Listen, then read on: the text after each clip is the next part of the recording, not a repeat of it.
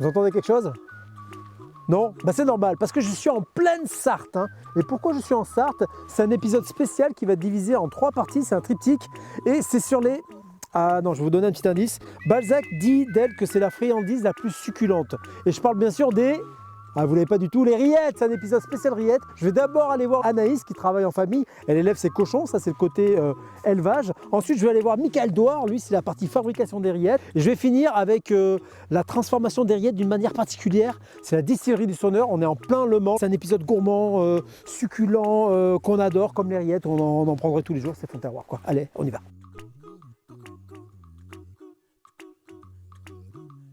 Anaïs! Elle m'a donné rendez-vous par là, elle m'a parlé de paille. T'as pas vu Anaïs? Bon d'accord, ils me connaissent pas, ils ont un peu peur. On est là. Ça va? Très bien, et toi? Ils sont mal élevés tes cochons, ils m'ont pas répondu. Ils ont pas dit bonjour, bienvenue. Ouh, j'ai ma froide, pardon. Hein. Ah mais t'es pas toute seule. Et je suis pas toute seule. Salut, Mickaël? Dominique. Ma maman. C'est ta soeur. Ah, ah. Là, il va me demander quelque chose. Alex, Alex? Arthur, Arthur? Mon papa et mon frère. Ah tu m'accueilles en famille? En famille, et encore, il manque un de mes frères, Esteban, qui travaille aussi avec nous sur l'exploitation. Qu'est-ce qui se passe? Eh ben, il y a un petit règlement de compte entre deux copains qui ne doivent pas être d'accord sur un sujet. Et donc, ils sont en train de s'expliquer. Ah d'accord, Chez les cochons aussi, ça existe. d'accord. Bon on va pas s'en mêler quoi. Non, je ne pas. Bon, mais en fait c'est vrai, je suis arrivé, je demandais mon chemin, ils ont été curieux, ils sont venus vers moi, puis ils ont vite reculé. Hein. Ils se sont dit. Ils m'ont pas reconnu. Ah. Ils me connaissent pas. Ouais, c'est Bon. l'accent, ça. Ah ouais, c'est l'accent. J'ai l'accent de quoi? Moi je viens du Gers, hein. Je sais pas, vous connaissez le Gers? Ah oui. Pourquoi? Ah bah devine, moi je suis du Gers. Mais non! Mais si. C'est rien n'est prévu, hein. C'est Ouais, vrai? Ouais, Je viens en Sarthe pour rencontrer une Gersoise. ouais. Ça aurait pu être le canard, pourquoi le cochon alors?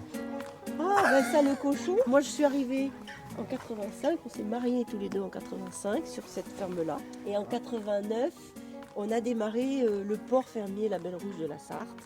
Parce qu'il y avait une petite démarche qui arrivait. On avait un hangar qui était inoccupé. On a dit bah tiens on va faire ça. Donc on a commencé tranquillement comme ça. Puis au fur et à mesure que les enfants grandissent, on a mis en place d'autres bâtiments. Et puis au bout d'un moment on s'est dit mais les petits cochons on les achète, il faudrait bien qu'on les fasse naître. Donc on a mis en place des truies avec les verras qui vont avec pour faire naître nos petits cochons. Et puis on arrive aujourd'hui voilà, à ce qu'on est à notre exploitation. Comment Avec, résumer une vie en 30 secondes? Voilà. Attention, je vais me mettre entre vous. C'est 30 secondes. Hein. Mais c'est une super histoire quoi. la ferme d'ici, en fait, c'était mon grand-père qui l'avait acheté dans les années 1950. Ouais. Ici là? Oui. Le lieu dit, la jeune panne, ah ouais? La jeune panne a ouvert le hameau. Et donc, il y avait un fermier qui est parti à la retraite en 1982. Comme moi, j'avais 20 ans, j'ai interrompu les études Où? à Toulouse, où j'avais rencontré ma femme. Donc, les études, c'était bon. Ma future femme. C'est génial. Et donc, je suis revenu travailler avec mes parents et j'ai repris l'exploitation. Et là, il y a la 3e génération Oui, alors. Et voilà, après, mes enfants, au bout d'un certain temps, se sont décidés. On m'a donné le contact d'Anaïs, elle reprend l'affaire familiale. Oui, Enfin, pas voilà. toute seule. Non, Ah non. Avec Arthur et Esteban. et Esteban. Ouais, Esteban n'est pas là. C'est vraiment...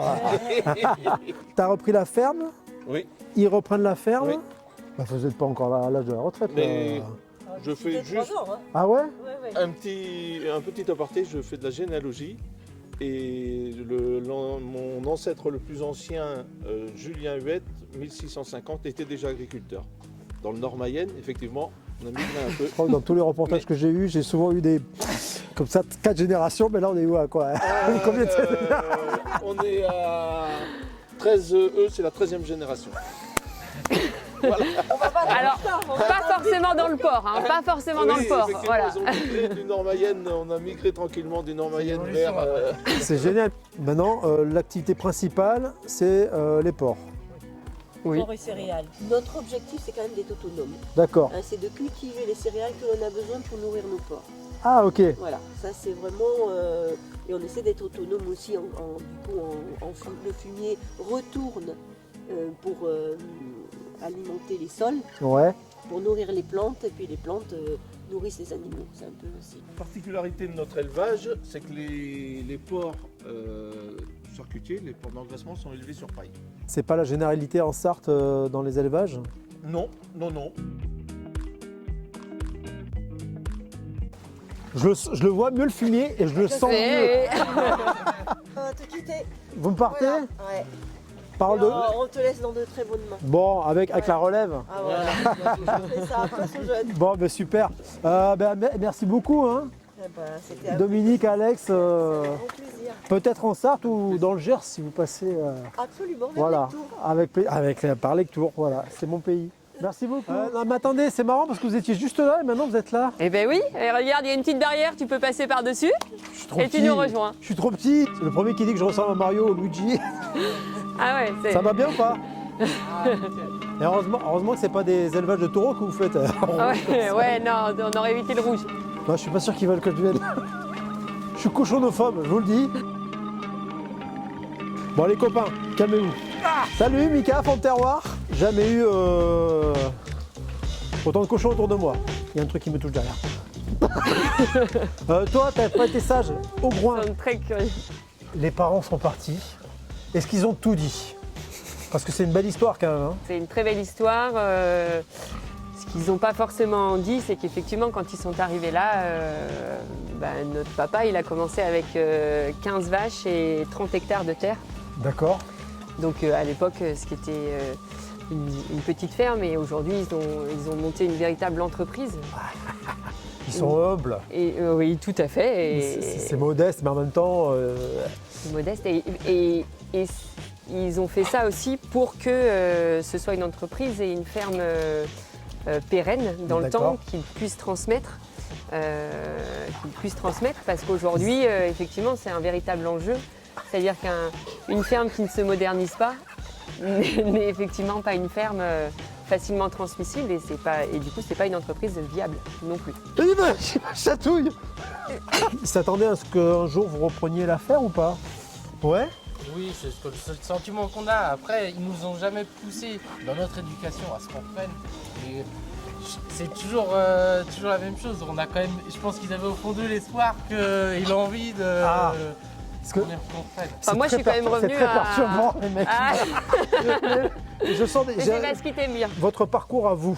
À la base, j'ai fait des études dans le général et même des études supérieures dans la comptabilité. D'accord. Mais c'est en fait ce qui m'a redonné le goût. J'avais toujours le goût parce qu'on venait souvent aider les parents. Ah les gars. Pardon. Vous êtes. C'est très perturbant. C'est. Non mais. Oh vas-y, pardon. Mais ce qui m'a redonné le goût, c'était l'été, j'allais tout le temps travailler parce qu'en étudiant pour se faire de l'argent, on travaille l'été et je faisais des saisons en agriculture. Et ça m'a donné le goût et donc du coup j'ai pris le garage dès la suite de ça. D'accord. Et depuis, après la passion, T'as grandi J'ai grandi avec, ici à la ferme quoi. et j'ai toujours aimé travailler dans les champs, même au cochon ça me plaisait donc du coup c'était un peu, on va dire, naturel. On va se mettre un peu au chaud sur Au la paille. chaud sur la paille avec eux. Maintenant ça va faire 7 ans, 7-8 ans que je suis revenu dans l'agriculture. Et toi Anaïs, non, j'ai l'impression que. Moi, j'ai mis plus de temps à me décider que mes deux frères. Moi, après mon bac, je suis partie faire une licence d'économie à Paris, une école de commerce, après ensuite à Lyon. Et j'ai commencé ma carrière chez Total en audit financier pour me rendre compte que ça me plaisait Plus pas. raconte ton parcours, plus ça s'éloigne. Ça s'éloigne Mais d'ici. c'est ça. quoi. Et après, j'ai intégré l'entreprise Leroy Merlin, D'accord. dans laquelle je me suis éclatée pendant 5 ans en tant que chef de secteur sur Ok. des magasins dans la région. Ah là, le kung fu là, on fait pas le malin là. Prochaine qui arrive là. Et après Leroy Merlin, du coup, mes deux frères étaient déjà en train de construire un projet avec mes parents. Et comme il fallait que je change, c'est mon père et mes frères qui m'ont dit Mais tu mais tu pourrais revenir. Tu savais pas, la nuit, ils étaient là avec des bougies, ils disaient viens avec nous, Anaïs. T'avais tes deux frères avec tes parents, rejoins-nous aussi, et toi. Non, moi je dirais aussi qu'il y avait un petit côté où on était tous regroupés, elle était un peu plus du coup pas exactement dans le même secteur et nous on se voyait à peu près tous les jours, ça se passait bien et on sentait une petite jalousie. Ah La famille est en train de bien se passer sans moi. Voilà la version Voilà. officielle. Bah, carrément, la grande sœur quand même, j'allais pas laisser les petits frères. Tu vois, voilà, prendre le dessus. voilà la version toi, tu vois ça en fait elle est venue D'accord. plus pour un côté protecteur. Nos parents ont fait un super boulot de développement, nous laissent aujourd'hui une entreprise. Mais encore une fois, ils vous ont pas mis la Intéressant. pression, j'ai l'impression. Ah, pas du tout. Moi, je suis revenue, j'avais 30 ans. Eux, 30 ans. ils aimaient, comme tous les parents, je pense, un peu ce côté transmission, de dire peut-être qu'ils reprendront, c'est cool. Mais c'était dit aussi, vous laissez libre, dire mais ils font ce qu'ils veulent. Et, Ils ont aussi tout organisé pour que ça puisse être vendu et transmis à des tiers. C'était fait. Et aujourd'hui, bah, c'est vrai que c'est assez beau parce que 3 enfants sur 4 qui reprennent derrière eux, c'est assez inédit. D'accord, c'est ça. hein. Moi, je vais devoir vous laisser aussi. D'accord, ok. Donc, en tout cas, enchanté d'avoir fait ta Bah, merci de ton accueil, Arthur. hein. Et puis, n'hésite pas à t'arrêter si tu repasses dans le Non, mais je crois qu'ils vont pas me laisser partir. Ciao, à une prochaine. Ouais, tiens, merci. Donc, vous êtes en IGP, indication Oui. géographique protégée, Tout à fait. et avec ce label rouge. On est une quarantaine d'éleveurs, effectivement. Pardon. Ouais, On a une quarantaine d'éleveurs dans la Sarthe et quelques départements voisins D'accord. à respecter ce cahier des charges et à produire du porc de cette IGP. Alors, quel est le cahier des charges? Alors, le cahier des charges, il y a plusieurs aspects. Il y a l'aspect espace par animal. D'accord. Donc, c'est 2,60 m par porc. C'est très précis. Ouais, non, mais c'est pas ce que tu dis qui me fait. Mais là, le truc, il est en train de. Avec une aire paillée, Alors, pardon, oui. avec une aire paillée et une couette. dans Donc, laquelle premier il- critère, la superficie. La superficie avec, c'est vraiment de la paille obligatoire et une courette D'accord. d'exercice. La deuxième composante du cahier des charges, c'est tout ce qui est autour de l'alimentation. Ok. Où là, nos cochons, ils doivent avoir un minimum de 25% d'orge Ouais. dans leur ration.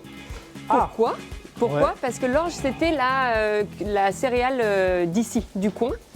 Donc ça donne un gras blanc qui est particulier, qui est spécifique en fait à notre région et aux rillettes du Mans. Ce qui est sympa de savoir aussi, c'est que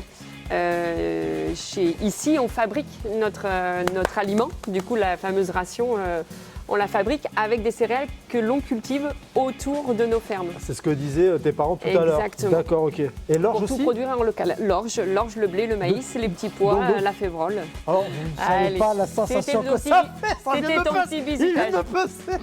Ah, c'est mon meilleur. Ah, il me mord. Il m'a mordu. Il m'a passé. Anaïs, je resterai des heures ici, mais je sais pas pourquoi. Je vais te rejoindre. Ouais, Anaïs, on va où? on va avoir des petits cochons. Allez, on va voir des petits cochons et J'ai après je vais visité te, avec les gros cochons. et après, je vais mais te laisser là- travailler. Ouais.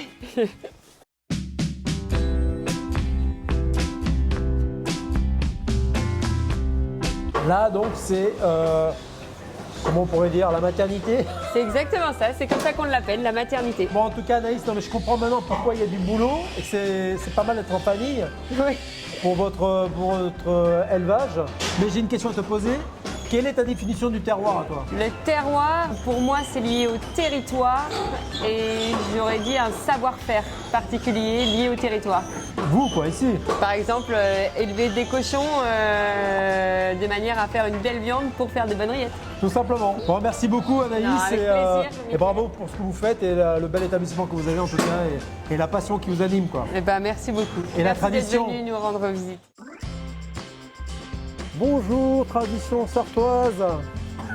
Bienvenue en Sarthe. Et en fait, la commune de Changé où on est ici, c'est la commune où moi je suis né et où tous mes ancêtres sont nés depuis plus de 500 ans. Ça y est, on est des jumeaux. Ouais, un nouvel apprenti, c'est bon. Tu te rappelles du film Jumeaux Oui. avec Schwarzenegger et Danny DeVito? Bon, je te laisse faire Schwarzenegger. Ouais, j'aime mieux. Ouais, Moi, je fais Danny DeVito. Je veux connaître le chien qui va avoir droit à ce nonos. Ouais, c'est un fémur de bœuf ça. Pour faire des bonnes rillettes, il faut absolument utiliser plusieurs parties du cochon. Que devient le mot rillette? Des rilles, une beurrée de rilles. Oh, je croyais t'avoir, le mec est trop fort. C'est ça. Maintenant, on va peut-être aller voir ce que ça donne dans la marmite. Avec plaisir. On remue de temps en temps et après, là, une fois que tout va être bien battu comme il faut, on va pouvoir mettre en pot. Ok. Et en fait, quand ça brille, c'est joli. Mais c'est surtout que quand ça va refroidir, il va y avoir un petit peu de gratte, ça sera plus facile à tartiner. C'est une grande fête Là, c'est à l'envers. qu'on organise. Oh, ben, c'est un festival sur les rillettes Ouais. partout en Sarthe.